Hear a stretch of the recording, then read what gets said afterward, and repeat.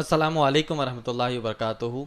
कल यानी 9 मई 2020 को जावेद अख्तर हिंदुस्तान के बॉलीवुड के एक मशहूर लिरिसिस्ट है और कई सारे फिल्मों को उन्होंने लिखा है, कहानियाँ लिखी है, स्टोरी लिखी है। उन्होंने अपने ऑफिशियल ट्विटर पर एक ट्वीट किया है। ट्वीट इस तरीके से है: in India for almost 50 years अज़ा on the loudspeaker was हराम, देन इट बिकेम हलाल, but there is no end to it and there should be an end to it. Azan is fine, but loudspeaker cause of discomfort for others. I hope that at least this time they will do it themselves. जिसमें उन्होंने एक tweet किया है, कहा कि अज़ान जो है 50 साल पहले हराम थी और उसके बाद हलाल हो गई, और लाउड स्पीकर पर जो अज़ान दी जाती है वो लोगों को डिस्कम्फर्ट करती है, यानी बेचैन करती है, उनको डिस्टर्ब करती है, या लाउड स्पीकर से जो आवाज़ आती है वो जो है लोगों को परेशान करती है। इस तरीके से उनका कहना है। और साथ में उन्होंने कहा कि हो सकता है कि मुसलमान अपनी खुदी से ही इन लाउड स्पीकर्स को निकाल दे। अब उसमें समझने की बात यह है कि उन्होंने अज़ान को कुछ नहीं कहा, मगर लाउड स्पीकर में जो अज़ान दी जाती है, कहा कि ये लाउड स्पीकर से जो आवाज़ आती है डिस्कम्फर्ट पैदा करती है। जावेद अख्तर की छोटी सी हिस्ट्री जानने की कोशिश करते हैं।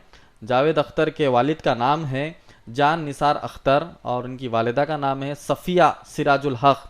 तो ये मुसलमान घराने में पैदा हुए हैं और मुसलमान घराने से इनका ताल्लुक़ है और ये अपना नाम मुसलमान भी रखे हैं। मैं जावेद अख्तर को ये याद दिलाना चाहता हूँ कि किन चीज़ों से लोगों में डिस्कम्फर्ट होता है, किन चीज़ों से लोगों को परेशानी होती है, किन चीज़ों से लोगों को तकलीफ़ और मुश्किल पेश आती है।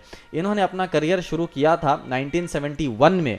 तो अभी आप जैसे स्क्रीन पर देख रहे हैं, 1971 से लेकर उन्होंने कई सारे फिल्मों के गाने लिखे हैं, कई सारे फिल्मों की स्टोरीज़ लिखी है, कई सारे फिल्मों को इन्होंने बनाने में मदद की है। तो मैं इनको ये बताना चाहता हूँ कि ये जो फिल्में बनती हैं और इसके अंदर जो गाने बनते हैं, और जब गाने रोड पर बजते हैं या पबों में बजते हैं या फिर कई ऐसी जगहों पर बजकर जब लोगों को डिस्कम्फर्ट हो सकता है, जब लोगों को परेशानी हो सकती है, जब लोग जो है हिंदुस्तान में, जैसा कि हम जानते हैं कि हिंदुस्तान अभी भी डेवलपिंग कंट्री है और हिंदुस्तान में कई सारी गुर्बत पाई जाती है, तो जब लोग आपके गाने सुनकर, जब लोग आपके लिखी हुई फिल्में देखकर अपना पैसा फिल्मों में बर्बाद करते हैं, तब जो है डिस्कम्फर्ट पैदा होता है। मैं ये जावेद अख्तर को बताना चाहता हूँ, जब आप गाने लिखते हैं, गाने लिखकर जब वो गाने रिलीज होते हैं और वो गाने जो है बड़ी बड़ी आवाज़ में जब बजते हैं, पबों में हो या रोड पर हो या शादी में हो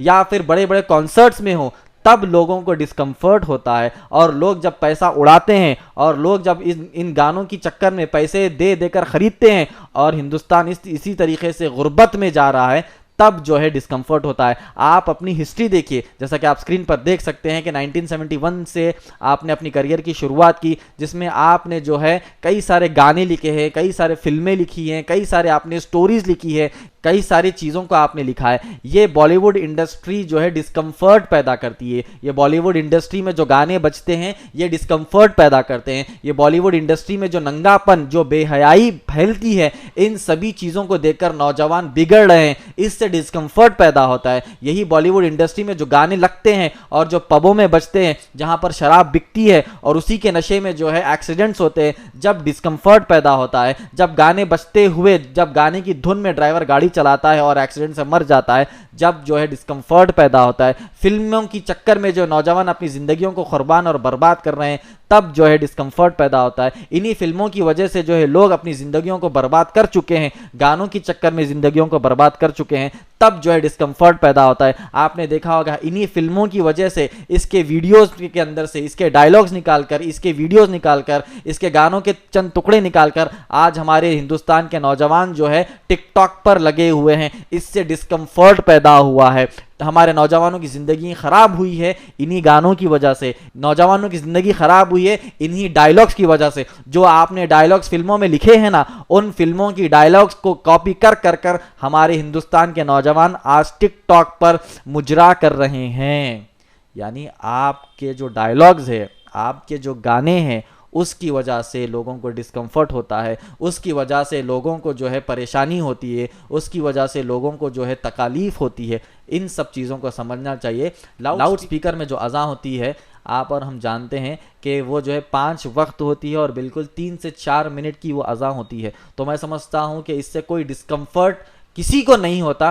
कई सारे गैर मुसलमान ऐसे हैं जिन्होंने कहा कि हम अज़ान सुनते हैं तो हमें सुकून मिलता है। ये सोनू निगम, ये जावेद अख्तर, ये इस तरीके के लिबरल मुसलमान जो है इसी तरीके से मुसलमान नाम रखकर मुसलमानों का नाम खराब करने की कोशिश करते हैं। ये अपने आप को लिबरल कहते हैं, ये आपको मॉडर्न मुसलमान कहते हैं। आप कोई मॉडर्न मुसलमान नहीं है, आप कोई लिबरल मुसलमान नहीं है, आप मुसलमान ही नहीं है, ये हम समझते हैं। डिस्कम्फर्ट पूरे के पूरे सारे के सारे बॉलीवुड से इंसानियत को डिस्कम्फर्ट है, सारे के सारे बॉलीवुड से पूरे हिंदुस्तान को डिस्कम्फर्ट है। इन्हीं डायलॉग्स की वजह से आपने जो डायलॉग्स लिखे हैं फिल्मों में, उन्हीं डायलॉग्स को कॉपी कर कर कर आज हमारे हिंदुस्तान के नौजवान जो है टिकटॉक पर मुजरा कर रहे हैं। तो आपकी वजह से हिंदुस्तान के नौजवान की ज़िंदगी और उनका फ्यूचर ख़राब हो रहा है। टिकटॉक से ही वो कमाना चाहते हैं, यूट्यूब से ही वो कमाना चाहते हैं। हिंदुस्तान के नौजवान की क्रिएटिविटी पूरी बर्बाद हो चुकी है। बस वो कमा रहे हैं यूट्यूब से और टिकटॉक से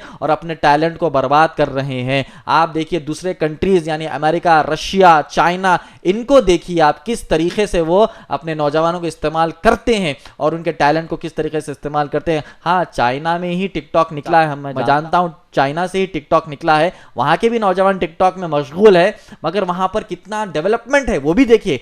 हम जो है अभी फिल वक्त डेवलपिंग कंट्री है। आज के नौजवान को आपके डायलॉग से वो मुजरा ही कर रहा है, टिकटॉक पर ही फंसा हुआ है। तो कितना नौजवान का टैलेंट किस तरीके से बर्बाद हो रहा है, वो डिस्कम्फर्ट है हिंदुस्तान के डेवलपमेंट के लिए। यह जावेद अख्तर को, सोनू निगम को, ऐसे कई सारे जो है लिबरल मुस्लिम्स को, सो कॉल्ड लिबरल मुस्लिम्स को जानना चाहिए। हमारे हिंदुस्तान का कानून आर्टिकल नंबर 25 में इजाज़त देता है you can practice and preach your religion, जिसमें कोई प्रॉब्लम नहीं है।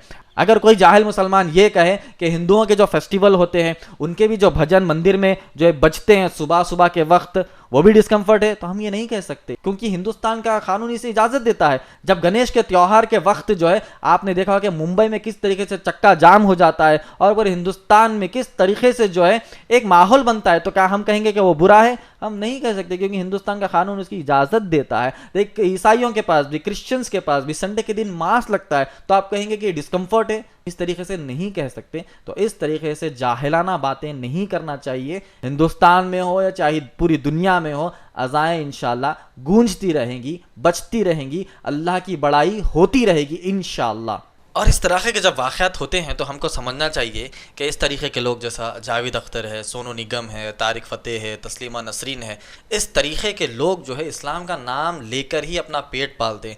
जब भी इनकी पब्लिसिटी कम हो जाती है, जब भी इनके चर्चे कम हो जाते हैं, तो इस्लाम पर कुछ ऐसी बात करते हैं और मीडिया उसको लेकर एक कंट्रोवर्सी बनाता है और एक हाइप बनाता है, तो इनकी जो है पब्लिसिटी फिर रीगेन हो जाती है।